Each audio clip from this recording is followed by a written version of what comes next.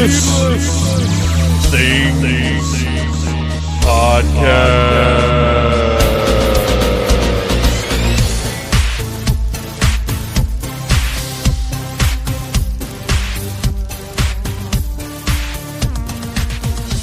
Hey, Phantomaniacs, welcome to the newest episode of the Needless Things Podcast, where we talk about toys, movies, music, and all manner of pop culture dorkery. I am your host, Dave, and without fail, every time I remember to check the levels of my microphone, it's at 100%. Every time I forget to check, it has mysteriously dropped to around like 72%. I don't understand computers, but what I do understand is Avengers Infinity War, which I just got out of seeing for the second time, and I'll go ahead and tell you right now, if you haven't seen it yet, stop listening. This whole episode is going to give spoilers for Infinity War. It's what the episode's about. We had a group review right here in the Phantom Zone with our pals Bobby Nash, Mike Gordon, and Arian, and we had a great time talking about it. You guys are going to enjoy listening to it, but not if you haven't seen the movie yet, because it's totally going to spoil it. And I'm going to start spoiling it in just a minute here. So now is the time to duck out and come back later if you have not yet seen Infinity War. Okay, I have some notes in front of me. Because here's the thing. We did our review. I had only had the opportunity to see the movie once. I think Bobby and Mike had seen. I think Arian was the only one that had seen it twice at that point. And while it was so huge and momentous that it was still fresh in my head, even though it had been a couple of days, we recorded on a Sunday, and I had seen it Friday night. The movie is so dense and so big and so packed that an hour conversation, we're going to leave things out. I think we went a little over an hour, but still, you're just not going to get to everything. Fortunately, I get to come back and do this intro so I can cover a couple of the things that got left out just real quick. And they're not out of context. They're just things I wanted to be sure to mention. First of all, in the course of this review, I come down pretty hard on The Last Jedi and on Thor Ragnarok. In talking about things in Infinity War. And I want everybody to know, if you love those movies, that's awesome. I don't think that you shouldn't, but I don't, and I really don't. And this is with repeat viewings and lots of thought and consideration about where they lay in their respective universes. And, you know, maybe this will be a podcast at some point. Maybe it'll be two podcasts at some point. But when I speak harshly about those movies, I just want everyone to know I'm not speaking harshly about people who like those movies. But for me, they fail at various levels to the point where I don't want them. And again, you know, more on that maybe someday in the future. The next thing I'm going to talk about, speaking of failing on various levels, I was in the theater. It was during the day. I went to a 1:30 show. I would have gone earlier, but I've been on nights so much that, as a matter of fact, on nights so much I missed out on an awesome purple Catwoman from Mezco. And if you want to read about that, go to needlessthingspodcast.com and check out Wednesday, May 2nd's post about previews. But I get in the theater, there may be like 8-10 other people in there, and there's a couple in my row 5 or 6 seats down from me. And they're eating popcorn. But they are eating popcorn in a manner that suggests they are trying to win a loudest popcorn eater contest. Both of them are just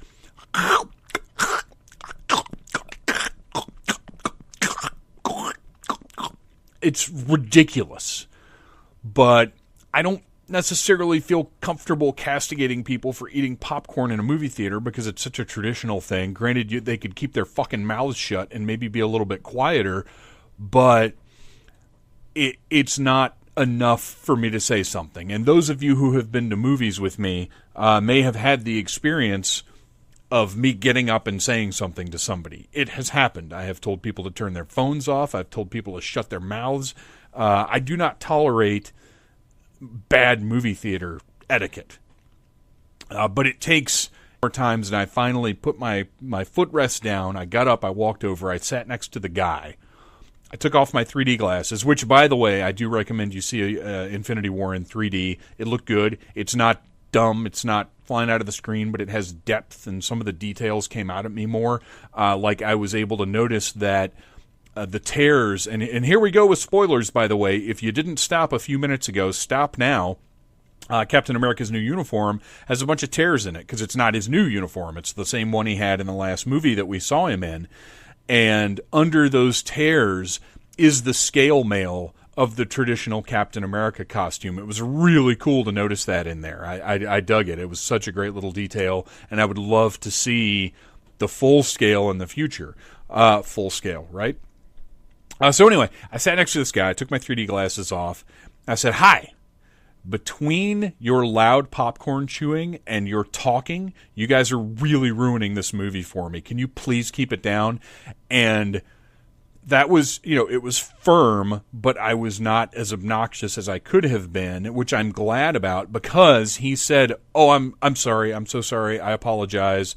I'm sorry." And I put my glasses back on, got up, walked back over to my seat, and they did not speak again for the rest of the movie, but they did keep eating their popcorn, not loudly. It was noticeably more quiet, but still also unfortunately noticeable. And also the guy was wearing flip-flops. And if you're a male wearing flip-flops in a public situation, at a restaurant, in a movie theater, in a department store, whatever, that says enough about you anyway. You're probably the kind of person who looks at your phone and talks during movies and chews popcorn really loudly. It's just how it is. And I know he was wearing flip-flops because I tripped over one of them on the floor in front of his recliner because his bare, disgusting man feet were just out in public. It's revolting. Come on.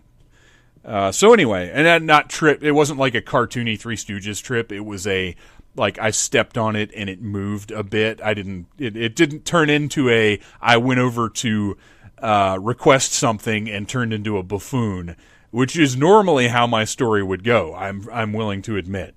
So that happened. But in my second viewing, it was just as good.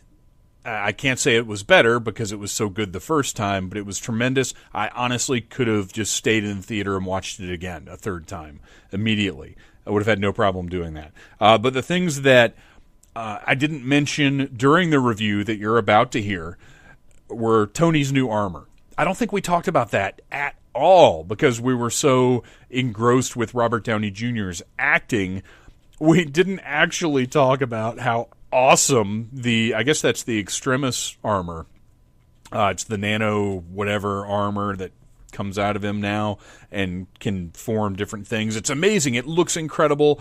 The fight scene between him and Thanos is just like nothing you've seen from Marvel yet, which it's funny that this massive movie that's already giving you so much that we've been wanting to see, that we've never seen before, that we never thought we would see, is giving you, on top of that, this incredible new version of Iron Man. And also, not enough we're getting the Iron Spider, which Spider-Man is a whole nother thing to get into. I love the Marvel Cinematic Universe. The people running the show understand the character of Peter Parker better than any other movie adaptation has. Because, and I do mention this in the review, but I've got to reiterate here, Peter spends the entire movie saving people. He ends up in space because he's trying to save the Wizard. He saves the Guardians. He's just saving people the whole time. And that's a carryover from Spider-Man Homecoming, where he's saving people. That's his thing. And then at the end, he even saves Michael Keaton. They have established that is a defining trait of the MCU Spider-Man. And because of that, I have hope that we're going to get a real Spider-Man movie in the next movie, and not Peter Parker in the Avengers movie, which it made me much happier in Infinity War than it did in Homecoming, because the situation demanded everything that happened. The Iron Spider suit felt, to me, earned in this movie and was very, very cool. So we get the Iron Spider, and we get Tony's Mark 53. I'm not even sure what it is, but Tony's new morphing armor that looked incredible and did everything. And the way that it got destroyed during the battle with Thanos was just awesome. Like, you could see the parts just getting beaten off of him. Just visually, this was incredible. There were the only time that the CG took me out of the movie a bit was when they showed Banner's head in the Hulkbuster armor, and it almost like, because it's his it's the part of you that would show if you were wearing a really wide-necked shirt, and like it kind of looked like Mark Ruffalo was just sort of floating around. Like, he wasn't totally in place. It just looked really odd. But literally, that's the only time where I looked and was like, this CG is a little weird. Thanos looked incredible. The Black Order looked incredible. All the visuals were just amazing. And Tony's new suit felt very there and present and real, and was incredible. So I wanted to mention his armor. And I also wanted to mention that, during this viewing, I realized, because I was devastated by this movie. We talk about that during the review. We talk about my son's reaction, my 10-year-old son's reaction to the movie. He was much more devastated than I was, because he's not a cynical old bastard who's seen it all. But during my second viewing, my devastation, I was able to sort of put my finger on it. It's not that we lose these characters, because that's not the point. The point is as with any passing, any death, those left behind. When the tears came out of my eyes as Peter Parker is laying in Tony Stark, his surrogate father's arms, and telling him he's sorry for dying, I'm weeping for Tony, because that, Peter's gone. It's sad, but he's gone. But Tony, this is the worst thing that's ever happened to him. Ever. And Cap, who just got Bucky back. Yeah, it's been a couple of movies now since he found out Bucky was alive, but he's really got him back now, because Bucky's been in Wakanda doing his Wakandese meditation or whatever he's been doing. But we see it, we get that moment between the two of them, between Steve and Bucky, where it's clear these are our pals again. These are our buddies again. We got glimpses of it in Civil War when they fought together, but this was the real deal. This was Bucky's back, baby, and then Steve loses him, and it breaks him. And I'm really curious to see where Steve Rogers is in the next movie. I think it's important that he remains a beacon of hope, but at the same time, we have to tell stories with our characters, and they have to change and grow, like Thor did. And I was a little harsher on Thor's character development during the review, which you will hear, than I should have been. And again, watching it that second time, Chris Hemsworth's performance was better than I gave him credit for the first time, because he like Robert Downey Jr., was really portraying somebody brittle and on the edge. And his is a very different flavor from Tony Stark's, but Thor is also, he's making the jokes, but you can see his pain. So I was a little too harsh on Thor's character during the review, which you'll hear. But anyway, I think that's everything that I wanted to discuss. That's all my notes.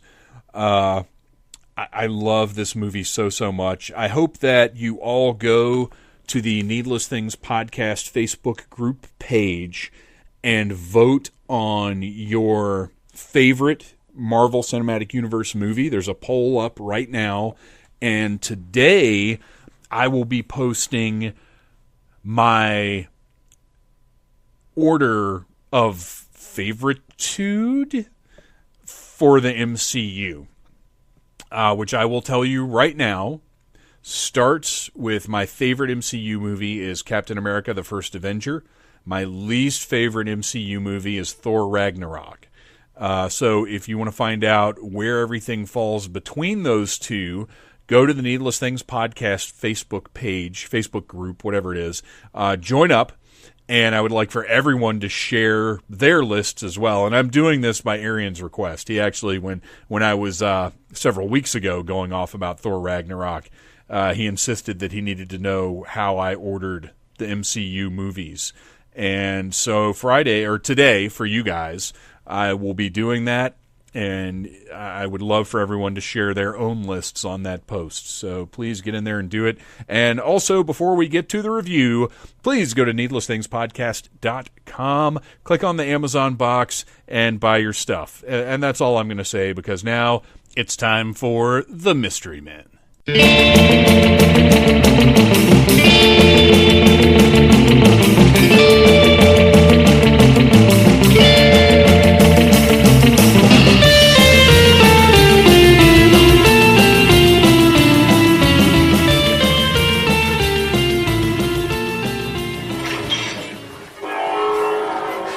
Coming on? Yeah, it just randomly goes off. So, well, that's a good open. So that was the Infinity Gauntlet. It will be joining us for our review of Infinity War. And we'll tell everybody up front, there are going to be spoilers. If you've not seen the movie yet, like if you're some kind of weird, reprehensible creature that for some reason has not yet seen Infinity War, like if there's something that wrong with you, one, I don't know why you're even listening to this, and two, don't listen to it because we're going to spoil it. And also, potentially later on, our scholarly friend Arian will be putting forth some theories, as well as our friends Bobby Nash. Hi. And Mike Gordon. Howdy. So, we're going to be talking about the movie, everything about the movie. We're going to spoil the crap out of the movie. So, there it is. If you don't want to hear that, turn it off now. And turn your phone off now. I owe everybody a beer. Silence. Now, every time you hear the Infinity Gauntlet during this, take a shot. Yes. Right? Yes, absolutely.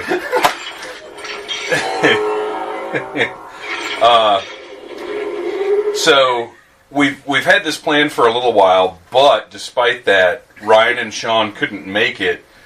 And I have a message here from Ryan and Sean. Okay. We are stinky turd boys who play with our own poop and also eat poop. I don't know what that has to do with Infinity War, but that's the message that I got from them. It's pretty much their modus operandi. Yeah, that's it. That's their mission statement. Exactly. I guess. So anyway, all right. It's good to have a guiding philosophy. So moving on to actual Infinity War, the first thing that I want to say about it is huge appreciation to Marvel Studios, to Disney, to everyone involved for the ad campaign, because I went into this movie, you know, I had a general idea of what it was about, obviously, and what was going to happen, but They didn't spoil nothing it. was spoiled. Yeah? All of the twists and turns and the way things went down, the two emotions I constantly had for the whole 3 hours or however long it was I can't believe I'm seeing this, and holy shit, what just happened? Yeah. Well, like, all right. And not just twisted turns. They didn't even spoil like the good lines. Right. Like all the good lines, not in the trailers. Well, the lines in the trailers weren't even in it. Some of them. Most right. Thanos, Yeah, a lot like- of Thanos' dialogue from the trailer was not in the movie. Yeah, like the original speech where Yes. he's talking about, like, dread it, fight it, run from it. Like, that's kind of in the movie, but also, like, halfway not. Well, and this one about the smile on his face. Yeah. And, Wasn't in the movie. and a big, you know, this could be a big spoiler, but the trailers really paint Thanos as a mustache twirling, Yes. really evil villain. I'm doing this for the heck of it because I'm evil. Right. And that's in the movie, not the case at all. He is not that. I just want some rocks. Yeah. Yes.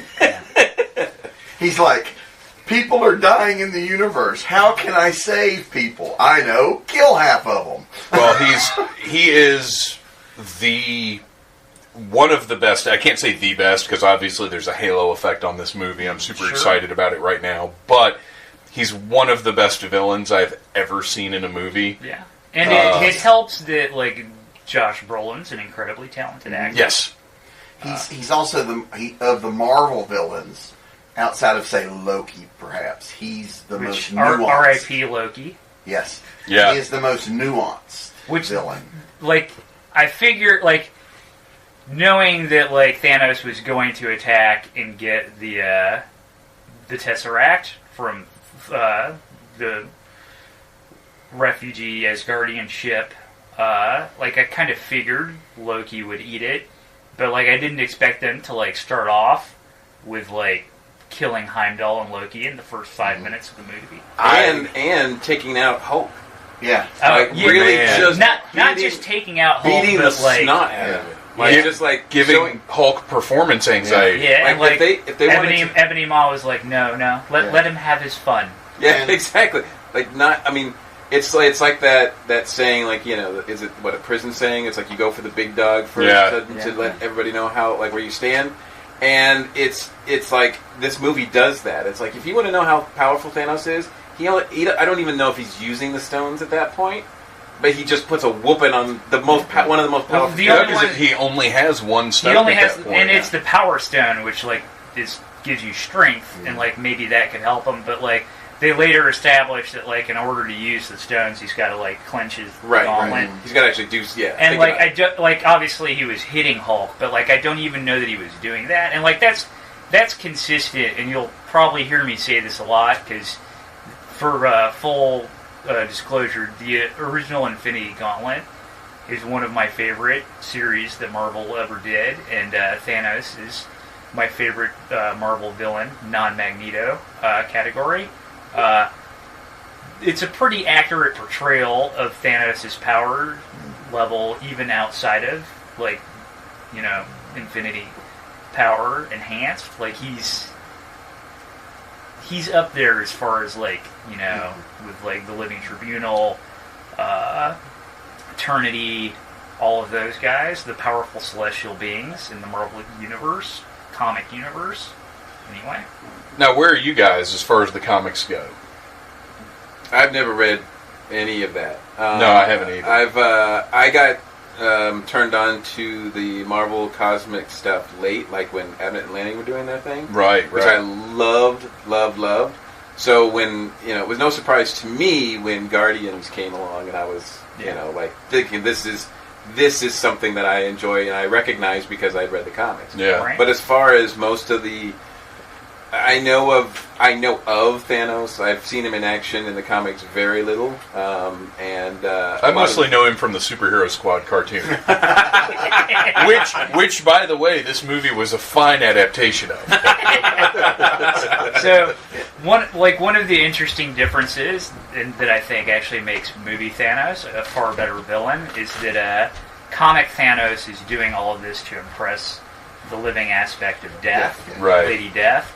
And what's funny is, like, he kills half the universe to impress her, and it doesn't really even impress her all that much. So it's like, dude, you did all this for a girl, and, like, she didn't even care.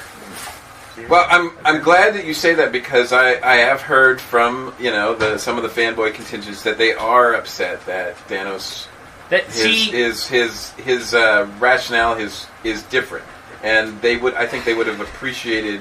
Especially since that would have played movie, out dumber on screen. I mean, it's debatable, but the movie kind of the MCU kind of established it when they said, "Here's a guy who courts death." Right. And I think they were thinking this is what's going to happen. That might be the direction they went in. Yeah, but, like, plus his plan is pretty stupid.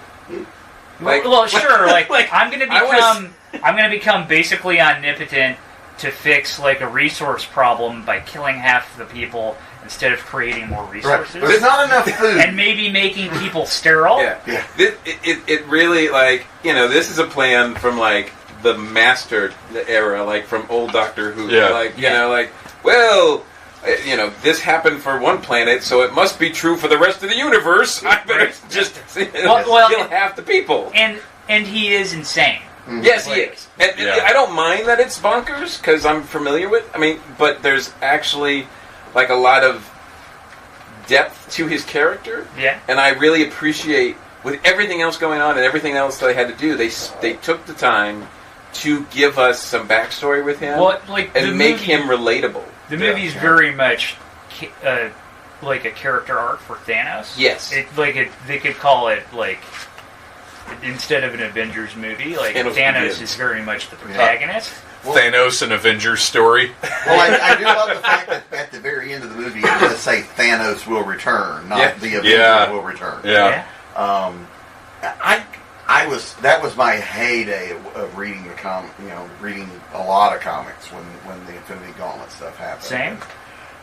One, you put George Perez on anything, and I'm going to read it. So that was a big selling point. But I loved Marvel's cosmic stuff, and the Silver Surfer comic was really big at the time. And it tied in quite nicely to the Infinity Gauntlet stuff, and it was just a wonderful, wonderful story. Obviously, a lot has changed from the comic to the movie. Certainly, like the fact that there's no Adam Warlock, there's no Pip Patrol, there's no Death, as we mentioned. And then these are characters that are big parts of the Infinity Gauntlet comic. Who and the other big change from the books to the movies is the gems themselves. The stones in the comics didn't belong to Avengers, and one of them was not Doctor Strange's, one of them was not in the Vision's head. The Elders of the Universe had them. So, like, Benicio del Toro's Collector would have had one. Jeff Goldblum's character would have had one. And Thanos beat all of them to take the stuff. And in that situation, you care because it's comics. But in this situation, we have to tie those things to characters. It matters more to us that he beats Doctor Strange to take his gem. Yeah, exactly. Like, if he went out and beat up some random dude, it wouldn't have had the same impact. And he doesn't even really... he clearly outclasses Doctor Strange, but, like... Strange ends up having to give him the gem out of his own pretty well. Well, what's interesting about that, and actually, real quick, I want to get back to the Hulk. The fact that his opening move was to beat the crap out of the Hulk, because I spent a lot of time, and I'm sure a lot of people have, wondering, okay, who are they going to kill to make the point that Thanos is not as much like Wu-Tang, not to be fucked with, and they came up with such a better solution. Because they could have killed anybody we've ever seen in the Marvel movies, and it would not have had as much impact as the fact that he just whooped Hulk's ass. And not just, even more so than killing him. He made it so that he humiliated and made him scared. Yeah. The Hulk. I guess maybe they didn't. I dare say maybe they didn't do a good enough job explaining it, because I have seen a number of people say, we don't know what's up with the Hulk. We can't wait to find out. I'm like, those people are dumb. I'm like, the Hulk is scared. He's never been beat like that. Yeah, I thought it was. I don't know how it could have been any clearer unless they had just had Hulk a moment scared. where Hulk scared of Thanos because Thanos beat Hulk up. Hulk scared of Purple Man. Like, what do you need? David Tennant? No other Purple Man. Hulk scared of Grimace. Oh! Ow. Whoa! Wow, Mike Gordon All right. just attempted brain surgery. Take it easy piece for of the rest of the zone. podcast. Oh my gosh! I need to move the couch up or put a pillow on that thing, maybe.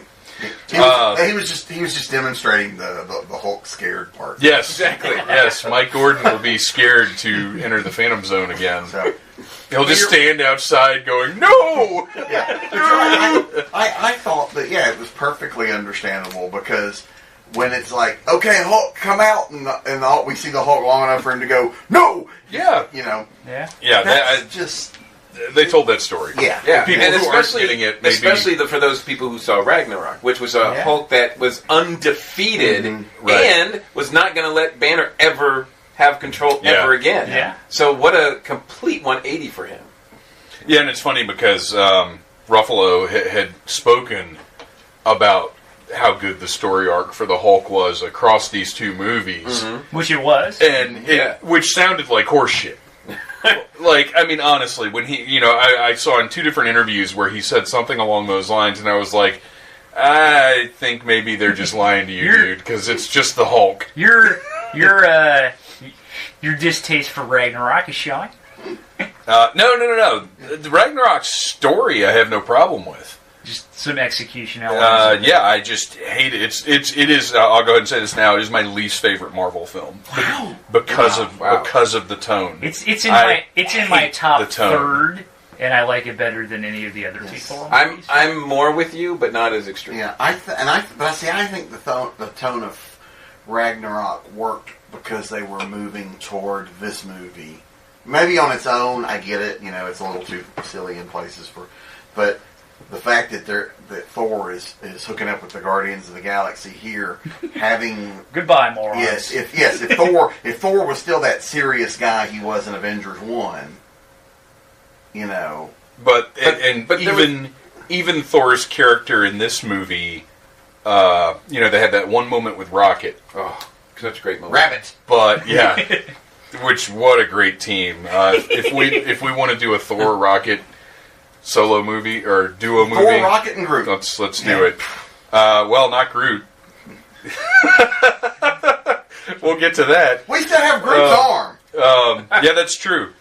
But there were times where I realized, okay, so yeah, Ragnarok was what it was, and it has apparently changed Thor's character. Mm-hmm. Like, they're sticking with that meathead bro. Well, also, Thor has gone through so much that I think, looking at it from a character standpoint, Thor is one of only a handful of Asgardians left. Because not only was Asgard wiped out by Hela in Ragnarok. Nobody cares, though. We just make a little joke about it. But then the fact that the survivors are all but wiped out. Right. Because, you know, not only does Thanos go in and kill a bunch of them, then he blows the ship up and kills the rest. Well, and that's kind of my issue is that, you know, because from the start, from the beginning of the very first Thor movie, Thor's a cocky, like, arrogant. Mm-hmm. He's kind of a meathead. Like, you know, he drinks this flagon and then spikes it on the ground. Like in the first one. But he is, aside from that scene with Rocket, unaffected by the horrors that he's seen. Mm-hmm. Yeah. Like, to go from seeing his people slaughtered, being abandoned in space, to making jokey jokes with the Guardians, it was... Like, I get that you need some levity in this movie. That to me seemed a little off. To me, it felt like a defense mechanism. Yeah. You know. And believe me, I'll take explanation for it, because I don't want to not be happy with that. All the humor in this movie feels like defense mechanism. Yeah. Because this movie, it's just got like, from the beginning to the end, it's just this pounding, brutal pace that's just like this tone of this extremely dark shadow. Like, the storm is coming. And all the humor in this, it's not light humor. It's people who are scared, who don't know what's going on, who've lost a lot, and trying to figure out how they're going to get out of this. And all the humor comes from that. It's very different than any of the other Marvel movies in that way, I think. And you know who is the only, in my opinion, the only one who perfectly nailed exactly what you're saying, that frantic... defense mechanism is Robert Downey Jr. Yes. Because he was doing all of his normal Tony Stark jokes, but they all had this, like, brittle, about to break feeling to them. All of his banter with Strange, like, everything. Dude, you're embarrassing me in front of the Wizards. Man, that Stark and Parker so good together. Yeah. Strange's interaction, and here's another thing: is I wish they hadn't made Strange so snarky. I think he could be very, very smart and I thought it was snooty. I thought it was arrogant more than snark. There are a couple little lines like when he calls him a douchebag, I'm like, I'd rather not hear Doctor Strange say douchebag. They're so similar, even in the comics, that I kind of think that there's just a subtle difference between the two of them. Yeah, well, now it used to not be. Well, yeah. Tony Stark and Doctor Strange used to be worlds apart. In the way right. Well, they're both very arrogant alpha males. Yeah. And they're different. They're with goatees. They're different flavors of arrogance, though, and they seem to have chosen to give them the same flavor in the movies, which is, it's not any kind of big deal at all. It's just a little thing that I was like, let's... But the one that I really like, yes, I mean, we already knew from the Spider-Man movie that Spider-Man and Iron Man have a great relationship. Yes. They're good together. But putting Star-Lord and Iron Man together was wonderful because, again, that's two big alpha egos. Yeah. And because the one line, it's in the trailer, it's in the movie, but it's different in the movie of the whole. I like this plan, except one problem: it sucks. And so let me do a plan, and then it'll be good. And what's amazing is they do use his plan. Yeah. and it works. But he's the one that he's the one that screws it up. Because if you're going, as smart as Tony is. And as good as a strategist as he is, like, he's not a con guy. Well, and that's why you need to con. And Tony's also, it's funny because they're equals in different fields. Yes, because Tony hasn't been off Earth before. He doesn't know the galaxy like Star-Lord does. He hasn't been out there like Quill. So, like, Quill has street smarts that Tony does not have. And he galaxy smarts. He doesn't know what the other Guardians are capable of. When he's trying to explain things to Drax and Manus, Drax like, "Are you yawning? Are you yawning?" It's like, I stopped listening after he said plan. Like, what do you guys do? I did love the little fact too. Kick names and take asses. At one point, when they're trying to sneak up on him, and Star-Lord does the closed fist, which means stop in every Earth movie you've ever seen, and everybody just keeps walking past it. They have no idea what it means. I missed that. I had to get up and pee one time. Okay. And it was. I've seen it twice, so that I can alter my pee time. I was going to go see it again yesterday, and the shows that were in my time frame were all sold out, except for like the front two seats, on the far side. We set up really close, so I got to see it again so I can see it a little farther back. I definitely need to see it again as soon as I can. But I missed when Gamora was telling Quill, "You're going to have to kill me because I know something that Thanos doesn't know." Gotcha. Like, I saw right at the end of that, and I was like, they're probably going to be talking for a couple more minutes. And I literally ran down, and when I got back in, they just got to her standing in front of Thanos right before she killed him, which was amazing. That scene, and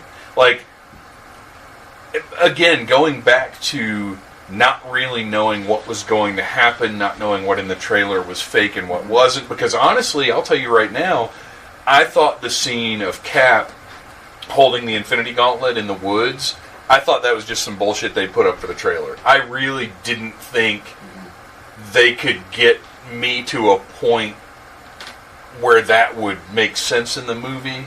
And that's, if you know what I mean? And that's one of those scenes that's from the comic, obviously in a different context, but in the comic, after Thanos, is it right after he's won or right before he's won, where it's just Cap is the last man standing and they're on that floating rock? So they're out in space, and Thanos decides to he wants, he's wiped out half of the population of the galaxy to impress Mistress Death, and she's still not impressed with him. So he's sad about that. So he's like, I know, you need to see me in action. I'll fight these idiots to win your affection. Okay. And so he says, it's not going to be any contest if I use all of the gems. Right. So I'm only going to use the power gem. And he doesn't, he's not drawing on any of the others to fight them. So, that's why Cap can do that. Right. Because he's not using if he does, he's basically a god, Like, if he can, like, snap his fingers and wipe out half the universe. But, like, only using one of the gems just makes him really strong. In this case, the power gem. So that's why in the comics you were able to have that scene with Cap doing that. And, like, if you go back and look in the trailers, because I watched one of the trailers afterwards, like, it's not an accurate portrayal of where he is in the movie. Like, he only has the 2 gems. Oh, really? Yeah, he's only got the power and the time gems. Yeah, if you go back and watch that trailer. I did notice that. It looked like they did a lot of that to make us think that maybe he doesn't get them all in this one. Well, that's the thing, is I certainly felt like the end of the movie was going to be him having all the gems, but at the same time, without knowing what the next movie is, without knowing what they were going to be willing to do with the movie, I didn't know. Maybe he ends the movie with only 3 of the gems. Maybe Vision escapes into outer space. Yeah. I had no idea what was going to happen. The scene from the trailer with, I don't know all the Black Order's names, the Proxima Midnight's boyfriend, whatever. I don't know, but the scene from the trailer where he's using the spear to pry it out of Vision's head, like, I mean, I really just thought that was probably going to be the part where Vision lost the gem. The very next scene in the trailer is the gem going into the... dropping into they certainly put a number of false threads out I think there. the trailer made it look like the Vision was going to be the first to go. Yeah. Well, and that was sort of what we thought. What a lot of us thought was they're probably going to kill Vision to open the movie, and that'll set up the tragedy and the power of Thanos. And like when you said we should do a Infinity War death pool, like I feel like everybody would have picked Vision. Yeah, because he's got one of the gems. Yeah, right. Yeah, and we were right about that. And like the scene where they show in one of the trailers where they show Ebony Maw torturing Strange. Like, I feel like you could have picked Strange to die too, because he's also got a gem. If I'd have had to, before going into the movie, I would have picked Tony. Everybody would have picked Tony or Steve. Yes. Yeah, I would have picked either or both, but I also would have picked Gamora. Because that one got me. I didn't see that coming. As soon as like he said, "Show me where the soul gem is," I'm like, okay, this is. I didn't know like how, but like they set it up perfectly, and it was very. It's that sound you hear of all those people that were convinced that Heimdall had the soul gem the whole time. That's been a big fan theory for a few years now. Oh, really? Heimdall has the soul gem. Huh. Yeah. Because it's orange. Heimdall had orange eyes. Right. And he did have some kind of glowy thing on his chest in one of the movies. Yeah. Okay. And people also thought the soul gem was in Wakanda somewhere. Right. I do remember that theory. They thought it was the orange dust that like you submerge yourself in to like go into the spirit realm. Right. Like they thought that because like they made a big point of saying the gems can take many different forms. Like, look at the Aether. It's like an amorphous thing. Well, didn't T'Challa's mom have She had a big, gem that she was wearing, Plus, too? in the trailer, we know Thanos sends people to Wakanda. Jerking us around. Yeah. So that made sense, but, like, it turns out they were just defending Vision as, like, a last stand. But, no, they did a really good job of, like, setting up false threads and, like, making you think... That whole Tony Pepper scene, if I was writing that, that's how I know Tony's about to die. Oh, yeah. There is so much red herring. Well, I mean, he can still die in the next one, I don't know, but there's so much foreshadowing in what he's saying. I feel like just the way that they're setting up the MCU, I feel like Tony's going to die in the last one, and there's not going to be anything they can do about it. And I also feel like Cap's going to die, too. Well, see, Tony and Steve, Marvel has this. They can have it both ways. Tony and or Steve can die, and you still have Iron Man and Captain America. Right. You have Bucky there. Yeah. Well, but Bucky's not my first choice for Cap. He's not my choice at all for Cap. Right. No. Sam is. But you also have, if it's Tony, you have the ability. Marvel could eat their cake and have it too, and kill Tony off, put somebody else in the Iron Man armor, and let Tony become the AI. Right. And that way you've still got Robert Downey Jr. in your movie. Well, if you're cutting him out of the movie, I think you're doing it to save money. Yeah. I think if Tony dies, and that's it. Yeah. Which I would like to see. Fine with. I would like to see really T'Challa step into the Tony Stark role. Mm-hmm. I think like the central character. He certainly could be that. You know who I would actually like to see be Iron Man, or like. Well, if they're going to continue with any kind of Iron character, I say just make it Shuri. Yeah, no, same, completely the same. That was my pick because she's friggin' one of the smartest people in the Earth part of MCU. She's incredibly technologically advanced. Being in Wakanda, she's already shown a flair for crafting suits. But the thing is, here's the issue with killing Steve. We have not established a new center, a new heart. And, well, moral center's tough because with Civil War they established that Tony's kind of right about some things, Steve's kind of right about some things, but they're also wrong. But Cap is still sort of the soul, the heart, and they don't have anybody to replace that. I don't see how it can be Bucky because honestly, they've got a lot of work to do with him to get his character to the point where people genuinely care about him, I think. Mm-hmm. Yeah. Like, I don't want anything bad to happen to Bucky, but at the same time, he's so torn apart and done horrible things, and he's morally compromised in a way that Steve isn't. That he can't. He doesn't have. I mean, as cool as he is, he's not the Boy Scout. He doesn't have the heart and the hope. Whereas they could, I think, very quickly build Sam into that. Mm-hmm. You don't think so? Yeah. Plus, I don't think. No offense, but I just don't think the actor's charismatic enough to carry a movie. Oh wow! So I'm going to throw that out there. Okay. So, I mean, I'm not opposed, but my guess is that they're probably just better off just creating a new one, at some point. Just take someone new and tell a story. I'm not sure from where they could pull it from, but I don't see anybody in the current cast going, I'm going to step in and be Cap.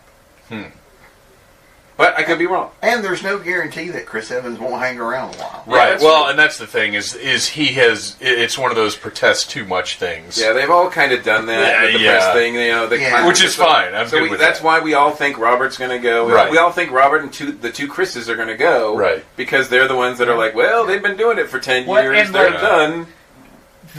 Looking at the source material, like all three of those roles, like you could easily draw back on like Marvel lore and like put someone else in because they've done it in the comics before. Yes. Yeah. Like, I mean, basically anybody who's proved himself of like picking up Thor's hammer is worthy to like have the mantle of being. I think Thor is the easiest one to tell a good story of a new Thor because Thor is in the hammer. Like, it's not. Hey, let's face it. But Hemsworth has a lot of brothers. But they established in Ragnarok that it isn't about the hammer. Yeah, but then his power level is huge without the hammer. But then they kind of brought it back to like needing a weapon.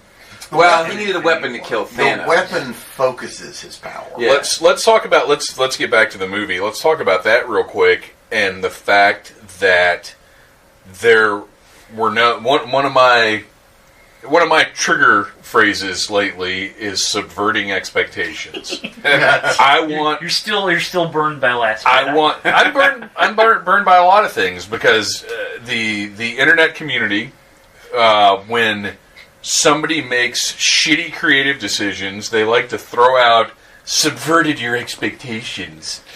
And nothing in this movie subverted my expectations, and yet it still managed to surprise me and delight me and take everything in ways that I did not expect. Which I guess that sort of... It's not using that term in the way that people are using that term. Like Thor, if Infinity War had been The Last Jedi, Thor, Rocket, and Groot would have gone to the star, they would have built Stormbreaker, they would have returned to the battle, and then Thanos would have just broken Stormbreaker in half and killed Thor. That's what would have happened. And that's not what happened. Thor came back and whooped the piss out of everyone. He Thored out. He did what you wanted Thor to do.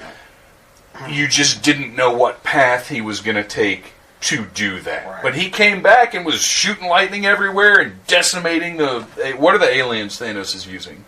They're not the Chitauri. No, they're... It doesn't matter. So anyway, he's just tearing them apart, blowing up war wheels, taking care... Yeah, exactly. Well, if you think about it, the person that got the closest to killing Thanos is Thor. Yeah. I mean, he does plant Stormbringer pretty deep into Thanos. Thanos says, you should aim for the Should have gone for the head, snap. Or the arm. Yeah. Cut off the arm. Right.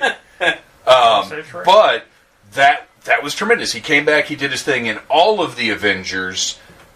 They all got to shine. There was no moment of epic... Okay, well, there were. Star-Lord screwed up. Yeah. Scarlet Witch. But it made sense to It made sense, and that's the thing, is within the narrative, it wasn't... I'm shocked how close Scarlet Witch came to defeating Thanos. Right there. Like, Scarlet just Witch the handful of them. Right. She didn't really screw up as much as, Thanos, because of the time gem, was able to, No, I'm not talking about that. I'm talking about when she left Vision. Oh, yeah. She shouldn't have left Vision because that was when boyfriend guy, whose name we don't know, got in. It's got it caused one of the funniest lines though because of the movie when T'Challa's I can't remember what her name is. But, yeah, when she said. What the heck was she doing back there? Yeah. They're getting their ass kicked, and she's got that kind of power.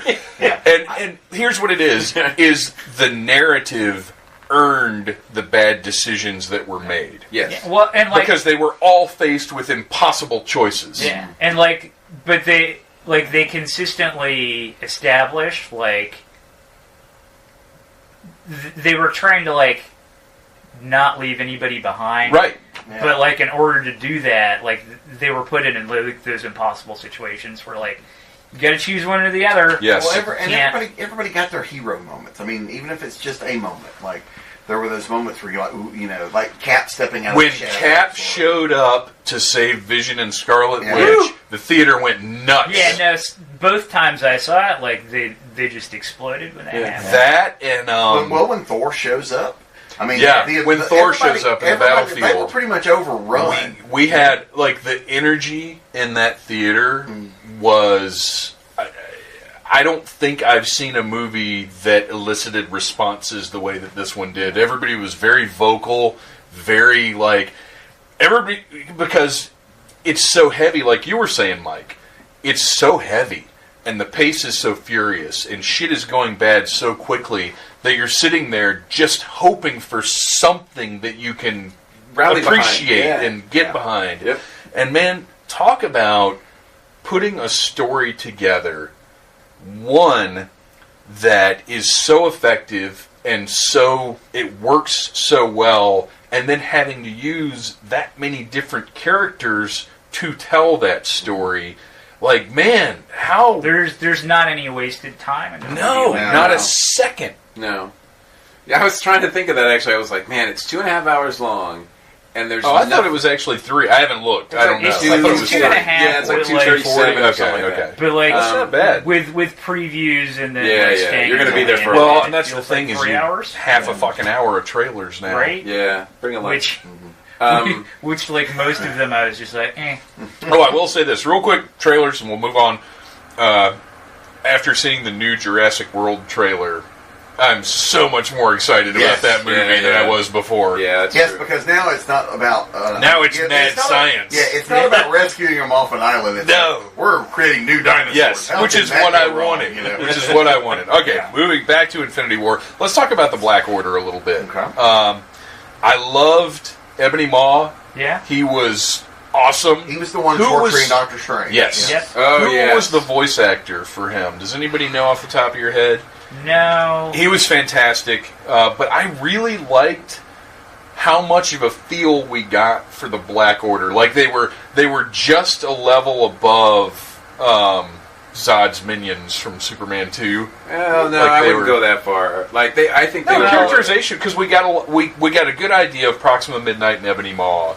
See, I don't remember anybody's name. I don't think they even said their names. Yeah, so Ebony Maw. I only know because of toys. Plus, I just Ebony know Maw that there was the only one. Like Thanos actually said his name because, like at the end when. When he was saying how he was kind of sad. Yeah, and the big guys were kind of. Yeah, they were. Because one big guy got his arm cut off, and then there's another big guy. Cull Obsidian. They just have big guys. There's Cull Obsidian. No, because Cull Obsidian was the big guy. Yeah. The big giant guy. Proxima Midnight's the female. Her boyfriend is the one that I kept referencing. He wasn't a big guy. They were all big, but like he wasn't Hulk big. Yeah. And then Ebony Maw was the wizard type guy. Yeah. They didn't do anything. Really? Yeah, I didn't find that I like them, but I'm not as big on them as Dave is. None of them rise to the level of Fiora and I'm not talking about Man of Steel. I'm talking about Superman 2. You're talking about the OG. Yeah. None of them rise to that level. No. Yeah. Wow.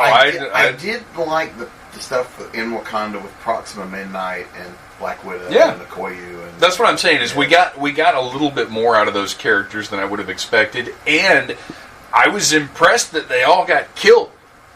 Like they didn't prevail. They were Thanos' losses. Like, because at the, a couple of times in the movie, Thanos talks about how much he's sacrificing for his goal. Yeah. And he loses everything. But he also wins. He wins, but he has to sacrifice to do it, which makes it a very interesting villain story because, at the end of the movie... to do it, and, he's... At the end of the movie, he's not back in his Thanos dome cackling with all of his minions around him laughing. He's in a little hut with his arm burned to shit. Did you guys notice that? I did. Yeah. I love the fact that too, because in the comics, after all this happens and he wipes them out, they do find him on a farming. They find him on a farming colony. Yeah, and he's just like a hermit, like off in the wilderness somewhere. His armor is the scarecrow in the field. He's just wearing like a simple robe type thing, and he's like, I'm just, I'm not really in the galaxy conquering business anymore. I'm more about like quiet introspection. And he even does what he said he was going to do. Like he said, I'll watch the sunrise on a grateful universe. Yep. That's what not so grateful, maybe. That's well, and that was one thing that I didn't know, and you guys that do know the story better, was after he snapped his fingers, the gauntlet was destroyed. That's a big chunk of power you just used. But it lended permanence, and obviously we all know Spider-Man's not dead. Groot, that's all going to be fixed, but in the moment, within the narrative of the movie, the gauntlet's destroyed. The thing that just made that happen is out of the game. Like, Cap can't just go find the Infinity Gauntlet and fix this. I'm amazed. And it's just so much how we take our geek, culture that we're in for granted. Because, yes, we all know, as it's happening, that these guys aren't really dead. But, man, the audience at large and a lot of people they are confused. They have no... I'm watching the crowd as, along with these people, and they're like... There was one guy 2 seats from me who, when... I don't think he wanted to be there at all, really. Because during the trailers, when they're showing a lot of the geeky, Solo and all that kind of stuff, he's like, they're still making those? And I'm like... Oh my gosh. And I was like, wow, you are just not into this geek thing. But I think he was only there for Black Panther. Because he had seen Black Panther. Oh, okay. And so at the end, when Black Panther is one of the guys that dies, he's like, oh, fuck no. He was, his whole reason for being there... Just went away. Went away. And he's like, and he was mad. I mean, he was angry. He's like, they left a raccoon alive and they killed Black Panther? All throughout the credits, he was like, I can't believe they do this. Like, Disney, this isn't a Disney movie. Like, he was really upset. Well, I had to, Phantom Jr. was, I mean, it hit him. He was very, very upset. And I had to have a moment in my head to make a fatherly decision of, do I go ahead and just say, no, it's okay, they're going to be back, we already know they're doing Spider-Man 2, or do I let this sink in and go ahead and let him have a life lesson that things are horrible and sometimes what did you do? Sometimes life is terrible. I said, yeah, we already know there's a Spider-Man 2. It's okay. When Peter... the two biggest audience reactions. When Peter went away, he was upset. The two biggest reactions of all the everybody fading away. Both times I saw it were Black Panther and Spider-Man. Yeah, same here. Yeah. And Black Panther, you wouldn't have said that 5 years ago. No. Well, they've just done such a great job with it because of the movie and his iconic. I mean, he means a lot to a lot of people. So, and also the actors is fantastic. Yeah, he doesn't really have a lot of great moments in the movie. Like, I'm sorry, but he's underused. I think he just had. No, I get it. I'm just saying that you can't have everybody. But I'm basing talking about Black Panther. But you lose T'Challa, you lose almost all but one of the Guardians of the Galaxy, and you lose Peter Parker. I'm like, these guys are not dead. Like, that's the three biggest. I have a theory on why you lost most of the Guardians, other than Nebula, and I figure they picked Rocket just because of his interaction with Thor, maybe, and because he probably had to have one person, but they kept Nebula alive. Well, you have to have somebody that knows stuff, right? Yeah, right. Plus, I think keeping Rocket alive made Groot's. Yeah, there was someone there who knew Groot when Groot, to cry over Groot. Right, exactly. But here's where I'm going to speculate on where they're going. Okay. With Avengers 4, in the comics, and they've reinforced this with what they did in Infinity War by saying the Soul Gem, Soul Stone has a special place among the Infinity Stones, and making it special because Thanos had to sacrifice Gamora with red skulls hanging out. Yeah. Oh, yeah, I was going to get to that in a minute. I popped huge for that. No, me too. But what they've done before is that there's a world inside of the Soul Stone, and it's populated by everyone's souls. Right. So all the people that just all of a sudden died, they're going to be in the next movie. They're going to be inside the Soul Gem. And I feel like Gamora is going to be there helping everybody get back. Well, that's what I want to talk about, though, is... How did they get out of this? No, the actual deaths that happened in this before movie. the snap. Yeah. Right. Are those permanent? Right. Yes. I feel like those are going to be permanent. Well, that includes... Well, Gamora died in certain circumstances. Right, well, Gamora died to release the Soul Stone. Right, so that could be... She's tied to the Soul Stone. But also, the movies that we know are going to happen in the future are another Spider-Man. Yep. Mm-hmm. Obviously, Captain Marvel. Another Guardians. And then another Guardians. So everybody stayed to the end, right? Yeah. Okay, so real quick, on that note... Even though intellectually I know that the Fox thing isn't happening, Kevin Feige, which granted you can't believe anything that he says, but he said even if we were going to use those characters, it would be way down the road. But when that little communicator, I was so hoping for a 4 to pop up on it. And I knew, like I said, intellectually I knew it wasn't going to happen, but can you imagine the reaction in the theater? Yeah, because that was not even done yet. Right, that would have been awesome, but I wasn't expecting it because those scenes are always pretty much setting up the next movie. And the next movie's Captain Marvel. Right. So I just, March. The next movie is Ant-Man. Everybody in my theater. Yes. Oh, yeah, that's true. Don't forget about Ant-Man. Everybody's forgetting about Ant-Man. That's set before what happens in Infinity War, and I feel like everybody's going to be very confused by that. The entire row that we could hear in my theater thought that was Nova Corps. Well, you know what? If you don't know, Right. Yeah. Well, they weren't paying but attention to I the was gonna fact that Xandar has been like decimated. right? Yeah, which Well, was that's- established with one throwaway line by Yeah. Thor. Yeah. Well, but the people who are casual enough fans not to have instantly recognized Carol's deal don't even know that Xandar is the Nova Corps world, Right. probably. Yeah. Let's talk about Hawkeye. Hawkeye is Am I- enjoying retirement. Yes, he is.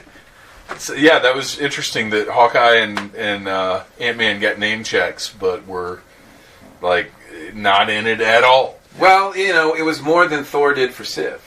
Oh yeah, you're Because, right. Thor's crying about Hemdo saying, like, It's- I lost my best friend. I'm like, no, you lost 4 of your Yeah. best friends in the last movie. You should be crying over those. Well, Sif isn't even really in Ragnarok. Oh wait, at yeah, all. Sif didn't die. No, Sif's just gone. The rest We of have, them we have no idea. have no where she idea. Well, is. yeah, we don't know. the That's what I mean. reason- She doesn't reason- even get a mention. The reason yeah. why is because the TV show she's in, Right. the schedule for it wouldn't allow her to. Do No, you even can still anything. say something about the Right. character. We're fortunate that she was on that TV show because I'm sure Taika Waititi would have had a giant shit on her and she would have suffocated to death, and everybody would have been like, "Oh, Sif was killed by poop. Let's go fight more." Yeah. Fucking hate that And- movie. So But salty. So the Well, next, you can relax that. Sorry, what am I going to say here? It's my head. I feel everything. The room's going dizzy. No, What's this there's dust some flying off there's the some mic? consolation knowing that almost everybody from Ragnarok that was on that ship is now dead. Yes. So you don't have to worry about any of And- those funny characters. You do also wonder, was Valkyrie still on that ship? Was Korg still on that ship? They are not in this. As far movie. as we know, they're dead. Everybody was dead on that Gosh. ship. Well, and that's It the sure thing looks is, that way. but there's a line where Thor says in Infinity War that half of his remaining people were wiped out. Oh, there's Right, another but- ship. Well, no, they were all on one They ship. were all on one But I ship. mean, why does he say half? He then? says- Right. Yeah. That's what I'm saying. Because that's Thanos' modus operandi. Yeah. He shows up and kills half the people. In Right, it. But he blew the ship then up. he blew the ship up after Yeah. killing half of them. So, I don't know if they got off on escape ships or what the deal was. Maybe they're escape pods. Who knows? And he did well, and you know what? Maybe that is exactly what happened. There could be a bit because I've only seen it the one time now. I'm There's sure not. there's plenty of stuff. Well, but they said when Thanos showed up on the ship, he killed half the crew or Yeah. half the people on the ship. Yeah. So he might have let the So- others go before we right, saw it. Yeah, right. I got you. That's okay. that's entirely possible. He might have done that. That's true. Okay. He might have been, all right, I've done my thing. You guys leave now. Did you And guys also- have a reaction? And I hate to go back to the beginning of the movie because there's so much, and we've only got a few minutes left here. But when Thanos turns around and he's got Thor by the head, did you have a moment where you went, "Oh shit, that's Thor," that he's just dragging around? Oh yeah. Yeah. Like it, because at first I was like, "Oh, he's dragging around some dude," and I was like, "Oh my gosh, it's Thor!" That's what Yeah. I thought too. Okay. Exactly. Yeah. My reaction. Okay. Well, they did a very good job of establishing the tone of the movie and Thanos' power level. That he's casually dominating these people that Right. we've been. Well, yeah, because Thor's a badass. Right. Let's face it.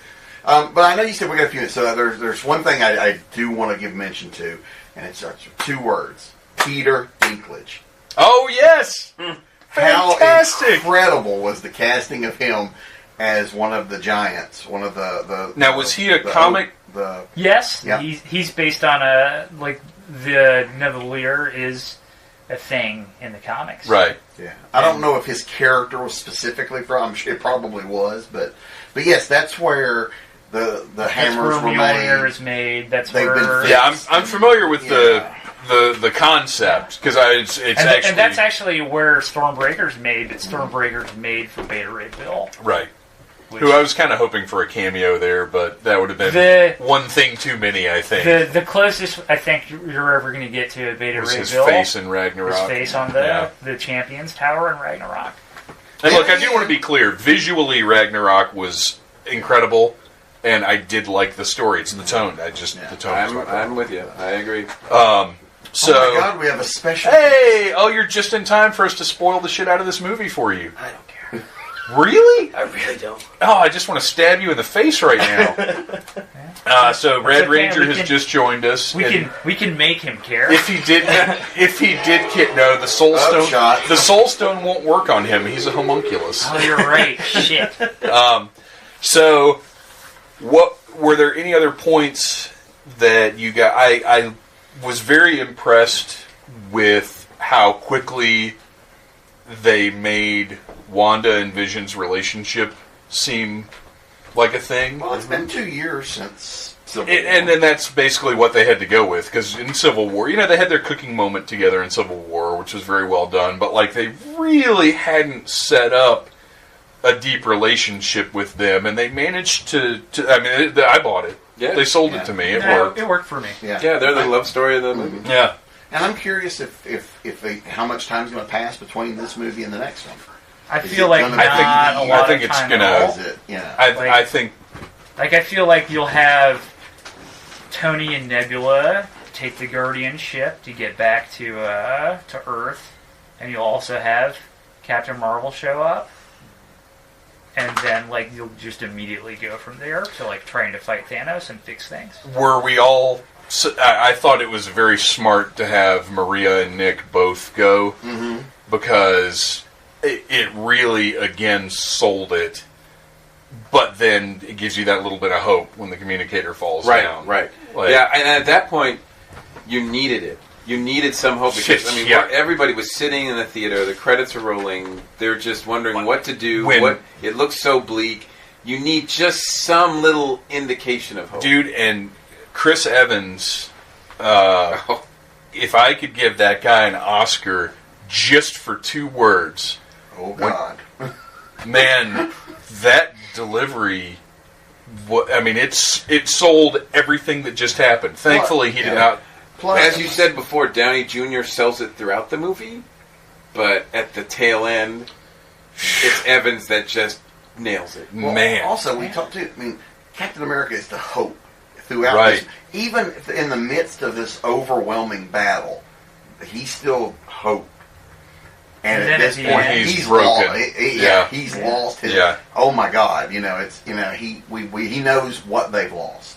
And man, playing on my childhood emotions, killing Vision and then turning him black and white like Optimus Prime, fucked me up. That took me back to 1986, sitting beside my mom in the theater crying over Optimus Prime, because it was exactly the same. Really? The color drained, because that's when Optimus Prime dies in Transformers the movie. The color drains out of him; he turns black and white. Wow! And they did Vision. Somebody that had something to do with the movie, that was intentional. There's no way that was just. Yes. No, I got that too. Oh my gosh! Oh, that was brutal. So, right at the end there, and we'll go around for like one final point from each of us, and I guess this will be mine. I was so caught up in what was going on that when Wanda destroyed the mind gem, I was like, wow, what did they do now? I wasn't even thinking about the time gem. Nope. At all. That moment completely got me. Did you guys know, oh, he's just going to use the time gem, or did that get you too? At that point in the movie, because of the build up they'd done to it, I knew something was going to happen, but I didn't know that he was going to use the time gem. Yeah. Even though I was so caught up in it, and that's the thing is, I feel like they intentionally made things so furious pace-wise. My second viewing, I picked up on a lot of things that, in the first viewing... Your second viewing, you were able to figure out what was going to happen? Yes. Well, no, they actually did a good job of setting it all up. Because, number one, the time gem is the gem he gets right before that. And, yeah, right. And, secondly, I think it's Wanda, it might have been Cap, says, we're running out of time, you have to do it. Or it might have been Vision who says, you're running out of time. Yeah. And, the specific use of the word time. Think about that. Even the order in which Thanos acquires the gems had to be within that story planned so specifically. Mm-hmm. Yeah. That's crazy. All right, let's do our final thoughts. Bobby. Wow, that was good. This movie, like I said, it's just a thrill ride. I mean, there's no time to stop and catch your breath or stop and think about things. It really is a movie that bears multiple rewatches, and it really is. I mean, if you look at the 10 years of the MCU, I look at it here as this is chapter 19 of the novel. Yeah. And this novel's been good. I've enjoyed every chapter, and there were just so many cool moments in this that will are burned into my brain now. It's like, there's a Captain America moment, there's a Thor moment, there's a this and that, blah blah blah. But one of the scenes that we've not talked about that really stands out to me is early on. Mike and I talked about this yesterday, the fact that of all the Marvel movies, this one had the fewest songs in it. Yeah. The fewest pieces of music in it. Yeah, just the Guardians, and the fact that the Guardians, when we see them, because music has been so big in the Guardians movies, the fact that they're singing as they're flying through space, and that just was one of that's probably the last comforting moment in the movie. And I knew it. Yeah, I was there from the moment it started, and I'm ready for the next one. Let's go. Let's get the time gem and jump to the future. Gotta wait a year. Arian, what was there one other? No, we've covered pretty much everything I wanted to talk about. I just want to say I didn't think they'd have the balls to present the movie in the way that they did, and I'm very, very, very pleasantly surprised with the way they've presented one of my favorite comic stories in film form. And I think that the people who are like, it's not exactly like the comic, need to be drop kicked. They're two different forms of storytelling. Like, the fact that, Thanos is not doing all of this to impress Death should not detract from what is, an incredibly presented, story. Shut up and enjoy what you've got. It can't detract from your enjoyment of the comic. It just can't. It's be an adult. I know that's counterintuitive to say about stuff that makes us feel like children on certain levels, but just be an adult about it. They're two different forms of media and presentation, and things that work over a six issue comic are not necessarily going to work on the screen. If you take Infinity War and the movies we've seen up to now on their own and disregard anything that we know is coming out in the future, they went with the Mist ending for a blockbuster popcorn movie. Yeah. They gave us the Thomas Jane Mist ending, essentially. They bummed everybody out that much. Yeah, and that's why I'm just really freaking impressed with it. Yeah, absolutely. For me, I thought it was the Empire Strikes Back ending.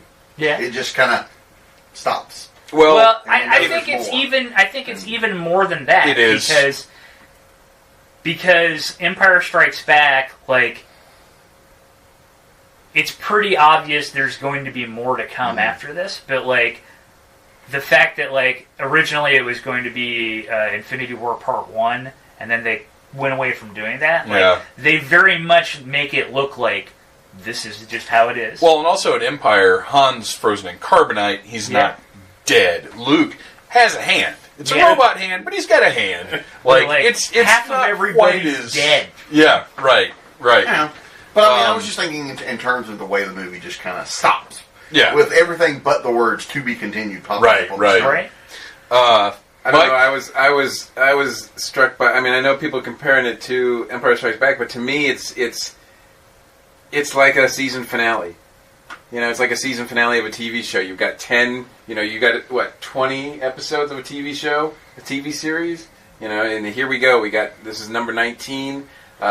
It's unprecedented what they're doing, but I don't think they're going to get. Look, they're not going to get enough credit. I mean, they're going to get plenty of money. Sure. Right? plenty of money. They've already gotten plenty of money.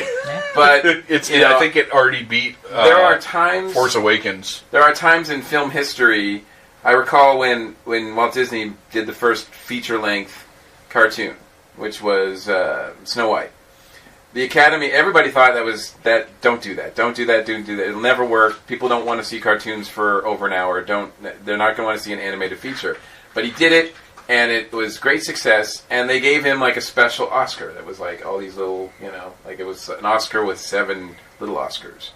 And I thought, well, they're never going to give the Russo's brothers like Best Director. Or they're never going to make the Avengers Infinity War a Best Picture nominee or anything like that. But yet, with this, they've done something unprecedented in film history. Yeah. And it should be acknowledged. Like I said, it reminds me of, there was a season finale of Dynasty in its heyday in the 80s, where they didn't know who was going to come back and who was contractually obligated. Okay. So they just, like, the last scene was all the characters in this, like, big party by the pool, and Iranian terrorists just came through and mowed down everyone. And it was a matter of, okay, who's coming back at the next season? Who's not? Wow, as cliffhangers Mike go, Gordon? that was not the one I thought of. That's the best comparison that will be made about this movie, and nobody else is going to make it. Infinity War now has the biggest box office opening ever at $630 million, and that's at 2 o'clock on Sunday. With the grim weekend tone, is not over yet. yet. With the grim tone, I wonder what the rewatch. I'm really interested to see what the rewatch is going to be like. I mean, are people going to keep going to this? I think they are, because it's so dense. But are people going to want to leave? I mean, a lot of people left the theater devastated. Do they want to come back and do that again? But it's easy, and this is me. It's the proper tone for the times. Well, this is me.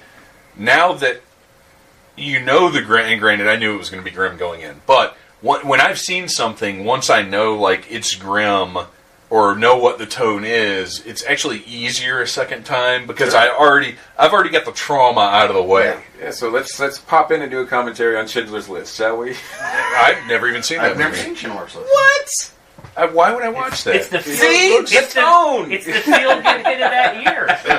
But Schindler's List doesn't have a talking raccoon in it. Well, you don't know that. You haven't seen it. But No, I believe it. I would have Liam heard Neeson. about it. He punches wolves. Not in Schindler's List, he doesn't. You don't know that? I do know that.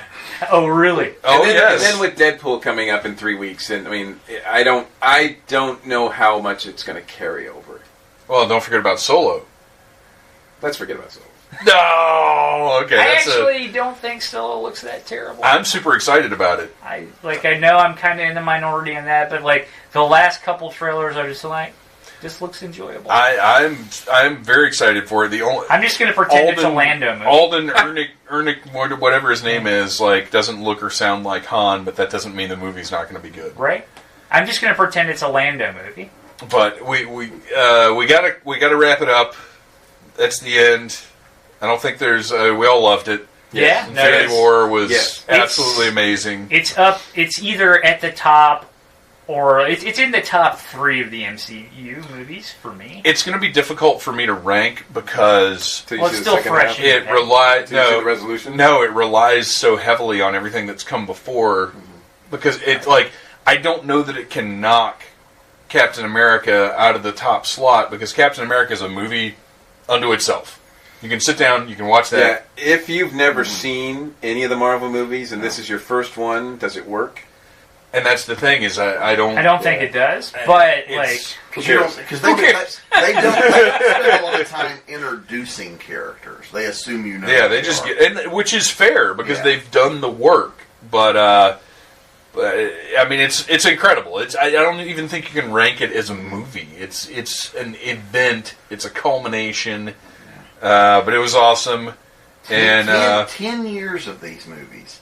It does not feel like 10 years sometimes. no, it doesn't. But the fact that there are Sometimes people, it feels like more though. Well, yeah. But the fact that there were kids, like that were seeing Iron Man, little kids that are now adults. Well, that's my son's 10.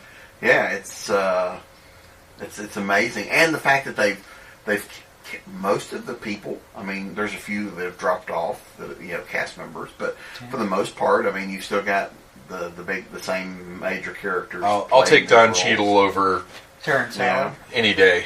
What Disney can pay. Yeah. So, yeah. So, you know, like Hugo Weaving not being there for the Red Skull this time around, which it's such a small role. It's not a small role, but it was so great to see him. Loved it. All right, that's all we got for Infinity War. If you somehow accidentally skipped our spoiler warning at the beginning and have stuck with it this far, sorry. Or if you're Red Ranger who didn't bother to make time to see the greatest movie of all time, that's okay. Arian's just wiping his mind with the Mind Stone right now.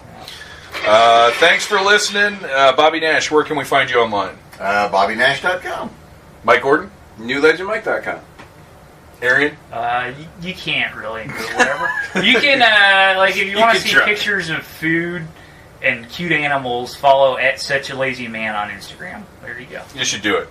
Very, very cute puppy. It's true. And a cat, which I'm not qualified to comment on. No. Thanks for listening, everyone. Okay, first of all, obviously, I know there's some people who just can't get out to see Infinity War yet. I was just being humorously dickish at the beginning there. You know, there's nothing wrong with you if you haven't seen it yet. If you want to see it and haven't seen it yet because of life situations. But if you just don't want to see it, then there is something wrong with you, and I meant every word I said. And also, I hope that you guys aren't too upset with me about my feelings about Ragnarok and The Last Jedi. But I really do. Hate's not the right word. It makes me sad how disappointed I am in those movies. How about that? It's upsetting to me that I can't like them because the decisions that were made were so utterly wrong and terrible. All right, let's move along. Infinity War was awesome. I look forward to watching it again. I don't know if it'll be in the theater necessarily, but certainly once it comes out on Blu-ray, I will pick it up. Next week on the Needless Things podcast, I will be talking to Renee Cooper from MomoCon. The week after that, it is not in the can yet, but I feel like I can go ahead and say it.